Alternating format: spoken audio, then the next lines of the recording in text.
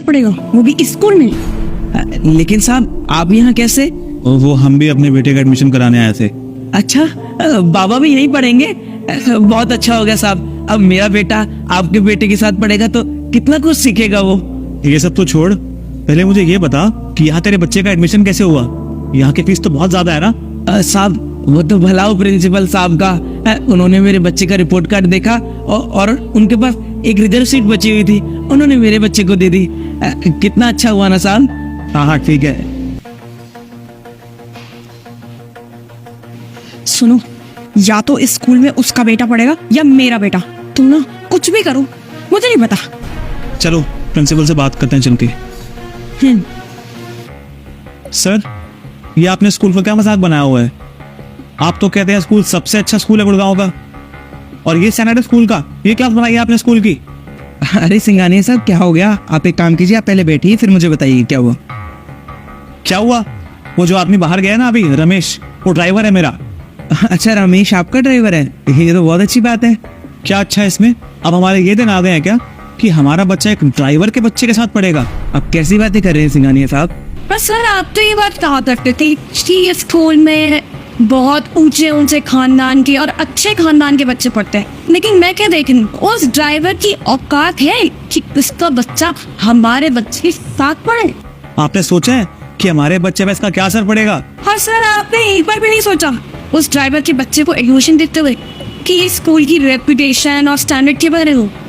Sir अब हम decide कर लीजिए कि आप चाहते हैं आपके स्कूल में हम जैसे लोगों के बच्चे पढ़े या लो स्टैंडर्ड वाले लोगों के बच्चे। आप लोग एक मिनट रुकिए, वो जो बाहर भाई साहब अभी गए उनको बुलाइए। आपने बुलाया सर? हाँ बैठो जरा। रमेश, तुमने मुझे बताया नहीं कि तुम सिंघानिया साहब के यहाँ पे ड्राइवर हो। सर क्या हो सर, कुछ गलती हो गई क्या सर? नहीं, गलती कोई नहीं हुई है, लेकिन इन लोगों का मानना है और शायद अब मुझे भी यही लगता है कि कुछ लोग डिजर्व नहीं करते हैं कि उनके बच्चे यहाँ पर पढ़ें, इसलिए मैं इनके बेटे का एडमिशन कैंसिल कर रहा हूँ। सर आप भी क्या बात कर रहे हैं? हमारे बेटे का एडमिशन कैंसिल? जी सिंघानिया साहब, सही सुना आपने। मैं नहीं चाहता कि मेरे स्कूल में ऐसा कोई भी बच्चा पढ़े जिसके पेरेंट्स की सोच आप जैसी हो। क्या कह रहे थे आप? हैसियत? सिंघानिया साहब भूलिए मत, ये एक स्कूल है और स्कूल को ना मंदिर का दर्जा दिया गया है, और आप चाहते हैं कि यहाँ पे मैं भेदभाव करूँ? अरे शर्म कीजिए सिंघानिया साहब। और ये आप जैसे लोगों ने क्या लगा रखा है, अमीर गरीब अमीर गरीब। हमारे बच्चे यहाँ पढ़ेंगे, उनके बच्चे वहाँ पढ़ेंगे। विद्या पर सबका बराबर का हक होता है, और अगर सब लोगों की सोच आप जैसी होती ना तो आज किसी रेहड़ी वाले रिक्शा वाले के बच्चे IAS IPS ऑफिसर नहीं बनते। और आप जैसे लोग तो चाहते ही हैं कि गरीब हमेशा गरीब ही रहे और अमीर होता रहे। एक बात बताऊं आपको, हमारा देश हमेशा पिछड़ता रहा है भेदभाव की वजह से।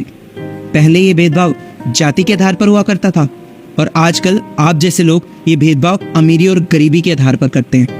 अगर आप जैसी सोच सबकी होती ना तो आज शायद मैं भी आपके सामने नहीं बैठा होता। जी, क्योंकि मैं भी एक गरीब खानदान से ही आया हूँ। मेरे पिताजी भी ऑटो चलाया करते थे। वो तो उनकी मेहनत थी कि उन्होंने मुझे अच्छे स्कूल में पढ़ाया लिखाया, और आज मैं इस काबिल बन पाया कि मैं एक स्कूल का प्रिंसिपल हूँ। अगर मेरे स्कूल के प्रिंसिपल भी आपकी तरह सोचते और मुझे एडमिशन नहीं देते तो शायद मैं भी आज ऑटो ही चला रहा होता।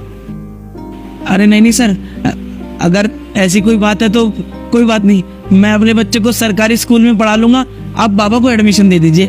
नहीं रमेश, तुम्हारा बेटा बहुत होनहार है और तुम्हारा बेटा इसी स्कूल में पढ़ेगा। और सिंघानिया साहब, आपको मैं एक बात कहना चाहूँगा, या तो आप अपनी सोच बदलिए या फिर आपको अपने बेटे का स्कूल बदलना पड़ेगा, क्योंकि मेरे स्कूल में सब लोगों के बच्चे एक साथ ही पढ़ेंगे। आप जा सकते हैं।